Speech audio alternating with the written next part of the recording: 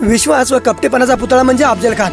कर्नाटकाच्या युद्धात 1639 मध्ये शृंगारपूरचा राजा कस्तुरीरंग हा विजापूरच्या सुलतानाला शरण जाण्याच्या हेतूने अफजल खानाच्या छावणीत आला, पण खानाने विश्वासघात केला आणि त्या राजाला त्या भेटीत ठार मारलं.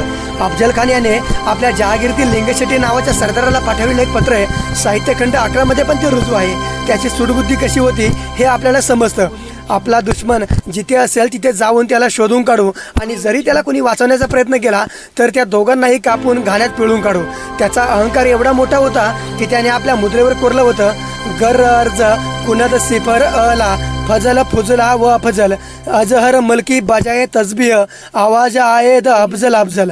जर सर्वश्रेष्ठ स्वर्गाला विचारलं की जगातील माणसाची उत्तमता आणि अफजल खानाची उत्तमता यांची तुलना करावी तर प्रत्येक ठिकाणाहून अल्लाह अल्लाह या ऐवजी अफजल अफजल हाच आवाज होत. अशा या अफजल खानाला आपल्या राजांनी कसा फाडला हे सर्वांना माहिती आहे. म्हणजे आपले राजे किती महान असतील.